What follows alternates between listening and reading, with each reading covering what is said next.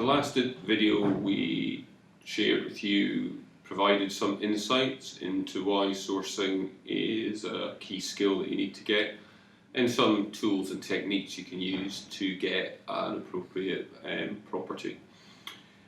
The next key skill I think you need to be aware of is basically the finance of the property deal.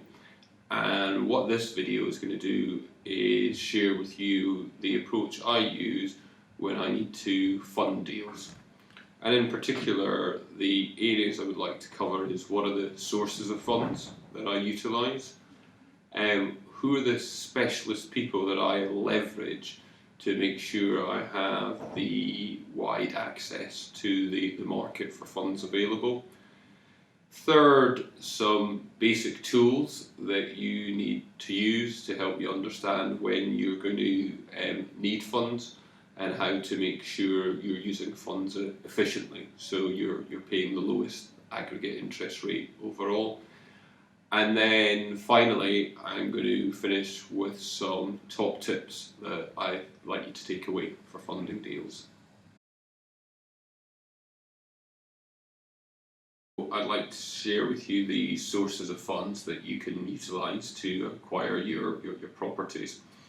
Before we actually look at where you can tap into the individual elements, let's cover some of the basics first. First off, there's definitely more money out there than there is deals.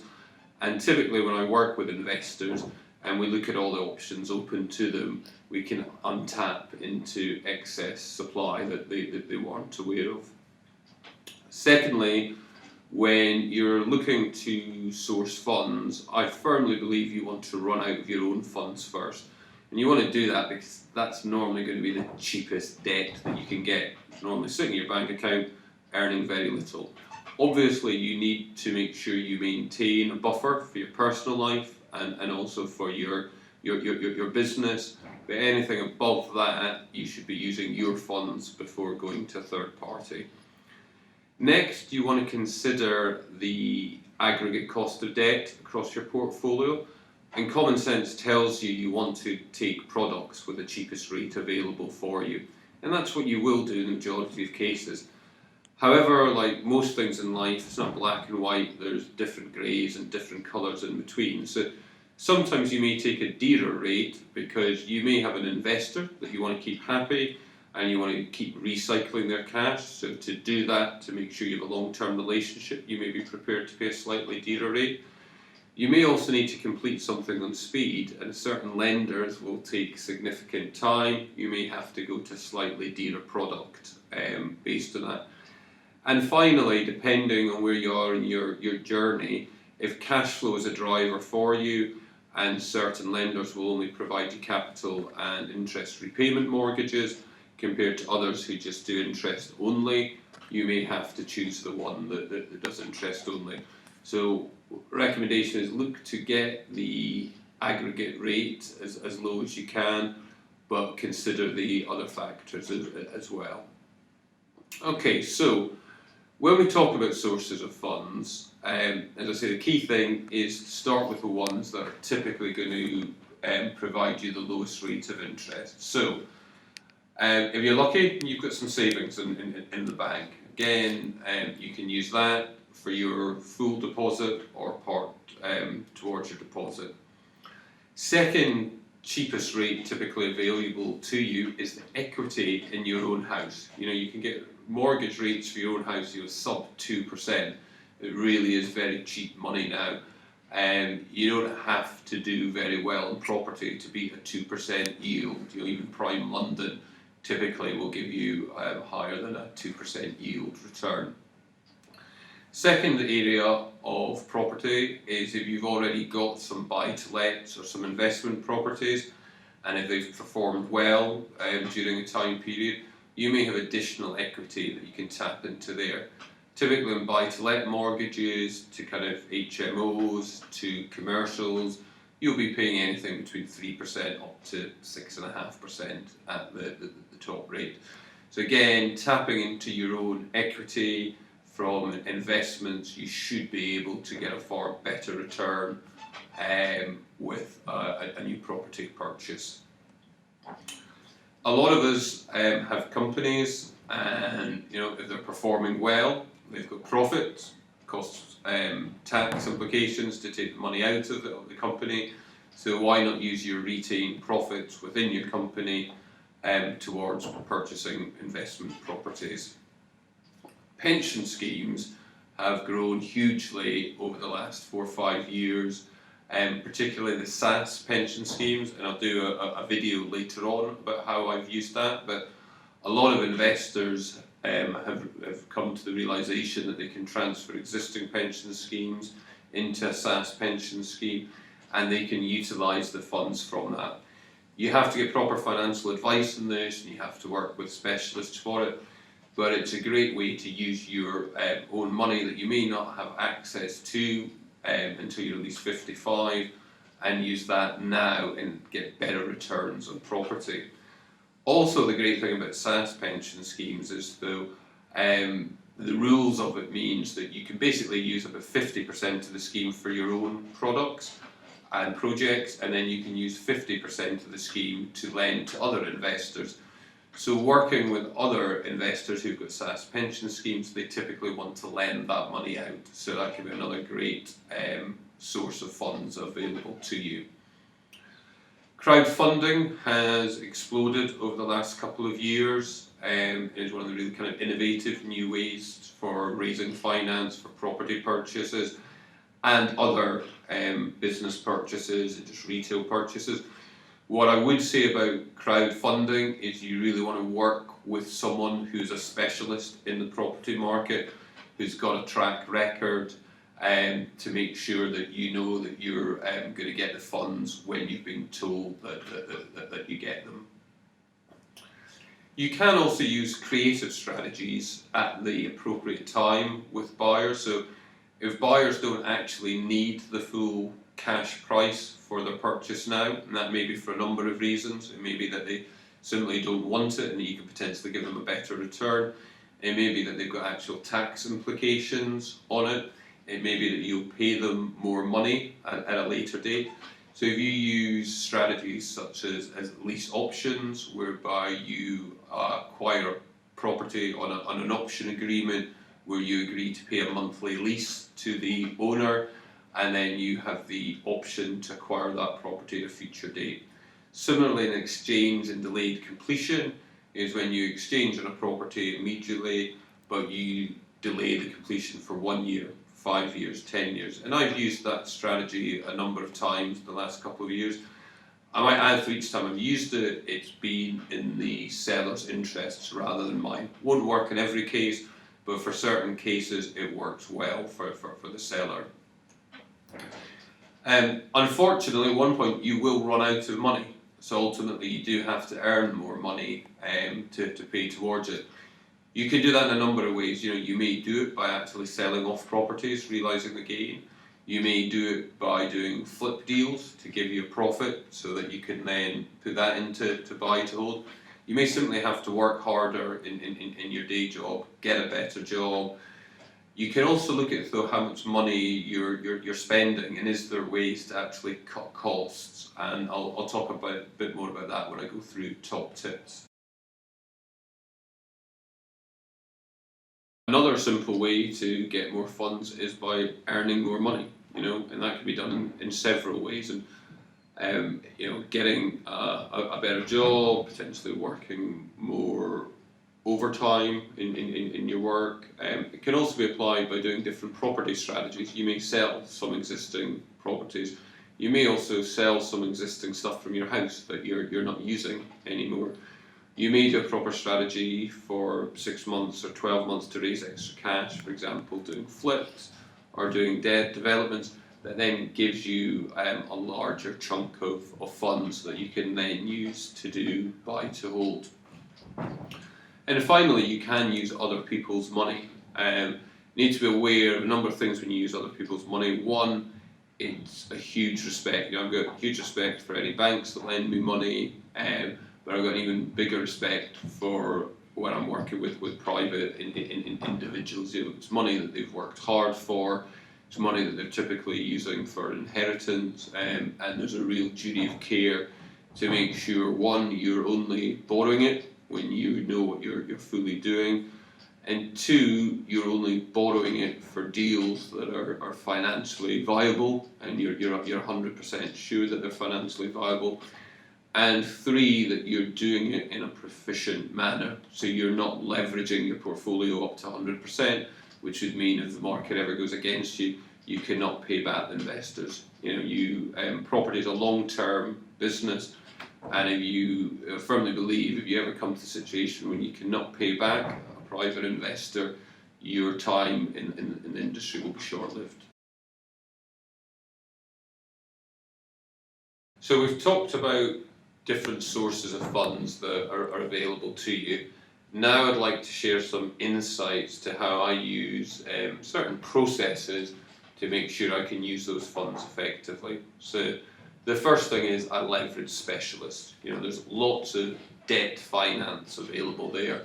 So I've got a mortgage broker that can go to the market and can look at the options available to me. Again, the good or the bad thing is there's lots of mortgage brokers out there. What you need to be aware of, though, as an investor, is that you need a specialist broker that works with investors, that knows the kind of projects that you typically carry out, that knows the difference between products that are available for you, so you're ensuring that you're compliant with the products you're going on to, that knows how to access short-term funding, such as bridging finance. So I use Lisa Orn and Cheryl from Keys Mortgages, and they're specialist buy-to-let lenders. I do know they do retail as well, but Lisa's very well known in the buy-to-let industry. I think it's a real false economy to try and go direct to banks. There's just too much change out there, too much options. You're much better to leverage a specialist in that area. And if you think that typically you're going to be borrowing 75% of the purchase price, you want to be making sure you're getting the best advice there. So typically a broker will deal mainly with banks. Some of them will also deal with crowdfunding. Crowdfunding is a source that I've used significantly over the last couple of years. I've used it to do deals on the Wirral, and I've also used it to do deals in Plymouth. The last time we used it for a deal in Plymouth, I think we raised about £1 million in a couple of hours. So it's new innovative strategy out there, basically enabling you to give a better return to retail investors, but having a site to facilitate that. What I would say again about crowdfunding is it's a relatively new industry. There's a lot of providers that have now come up into this market. And again, it's such an important thing. You want to be working with someone who's got a track record. Crowd Property is my chosen one. They've got 100% payback to investors. What I particularly like about them, though, is that they're run by property people. So whilst they're providing finance, it's done by property people. You're talking to the individuals in it. They can help you with your cases. You can get kind of a bit of flexibility if you need for it. If you'd like some details of the people I've got at Crowd Property, I'm happy to share it. But it's a great opportunity to access funds on a retail basis again. There's certain tools that I use to manage my finance and sourcing of funds.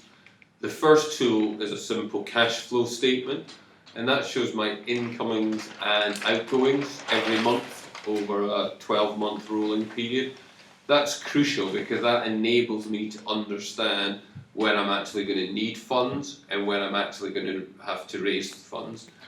The second tool that I use is a list of the investors and funding options that I've got available. So when I look at my cash flow statement and I know I'm making another acquisition and I know that I need 20 grand or I know 100 grand, I can look at my list of investors, and that includes myself, and I can see what is the cheapest rates that are available to me and how can I make sure that I'm accessing those rates in time for when I need it from a cash flow statement. So the two main tools I use is my cash flow statement and then a formal list of investors. So what are the top tips that I'd like to leave you with about funding. So first off, I think you should keep it simple, okay? Creative strategies are great if you used it at the right time, but my favourite approach is still to go and buy property, use cash, add value to it, and then refinance it. Straightforward and it's simple, okay? At the same time, I'm not going to ignore creative strategies. And I utilise a number of lease options, exchange and delayed completions, etc. So be aware of them, get educated, but don't walk away from really good deals because you're just trying to do something creative. Again, 90% of the deals I do, I'd argue, are straightforward, cash purchases, and then at a later date getting debt put on top of them, or then potentially doing creative strategies if it's right for the seller at the time. Second key point I'd like to do is run out of your own money first. You know, I get the mantra that's out there, use other people's money. You can use other people's money, you can give them a great return, but I would much rather give myself a great return rather than giving it to someone else's. I may be a bit old school as well. I like to have my own funds in a deal. It gives a bit of responsibility. It makes sure I'm only doing good deals and doing appropriate due diligence on them. Third, leverage your professionals. You know, again, funding is a key part of your property journey, your property business. There's some great brokers out there, and there's some great specialist crowdfunding companies there. Again, if you'd like details of who I use for my brokers, crowdfunding, drop me a PM and I'll share it with you. Ultimately, you will run out of your own money, so it is important that you tell everyone what you'll do. You know, I've worked with people who have borrowed from, you know, lots of family and friends, lots of other business owners, just private investors, pension funds. People have got to know that you're in this business and that's what you'll do. Ultimately, it won't be right for everyone for a lot of reasons, but again, you're not looking to use other people's money from 100% of people. You're looking for the 5 to 10% of people who are relatively well educated in the marketplace and want a better return, and also from certain people who simply want to help you out as part of that journey. And then 5, I've forgotten. What does 5 say? Ways in getting something. Walk the line. Remember something. Yeah. Whatever 5 is.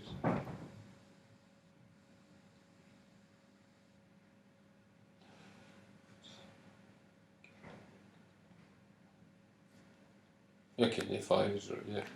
And 5 is remember you will run it. Yeah, okay. So I'll just do Just 5 carry on, yeah. Okay. And the last top tip is remember that you will run out of funds at one time. So you need to think of how you're actually going to raise additional funds so that you can continue in your journey. And when I say raise funds, you can really do that by 2 ways. You can do it by getting extra money coming in. So that could be by selling a property. It could be by doing a flip. But it can also be by cutting costs. You know, so one of the things I'm doing this year is going through all my mortgages and seeing if we can refinance onto better products, thereby reducing the outgoings. I go through a process every couple of months when I take all my bank statements and I look at what I'm being charged and I see is there any cheaper rates out there. That can be from utility companies, it can be from personal phones, it can be from gym memberships that we all did and didn't use.